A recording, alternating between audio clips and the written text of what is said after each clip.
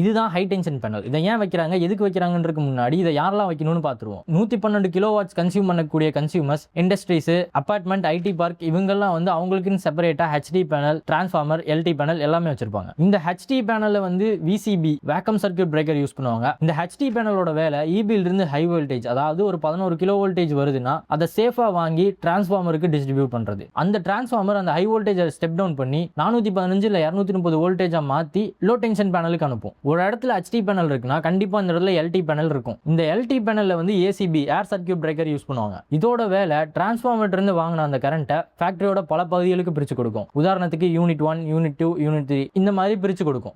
இந்த இடத்துல வந்து எம்சிசிபி யூஸ் பண்ணுவாங்க. அதே மாதிரி சப் டிஸ்ட்ரிபியூஷனும் பண்ணும். இப்போ யூனிட் 1 இருக்குன்னா அதுக்குள்ள இருக்க மிஷின்ஸுக்கு, லைட்டுக்கு, ஃபேனுக்கு இதுக்கெல்லாம் தனித்தனி எம்சிபி வச்சிருப்பாங்க. ஸோ இதுல ஏதோ ஒரு ஃபால்ட் ஆகுதுன்னா அந்த பர்டிகுலர் எம்சிபி மட்டும் ட்ரிப் ஆயிரும். ஸோ இதை வச்சு எங்க ஃபால்ட்டா இருக்குன்னு ஈஸியா கண்டுபிடிச்சிடலாம். அப்புறம் டிரான்ஸ்ஃபார்மர் ஏதாவது ஓவர்லோட் ஆச்சுன்னா இந்த விசிபி ட்ரிப் ஆகி அந்த டிரான்ஸ்ஃபார்மரை பாதுகாத்துரும்.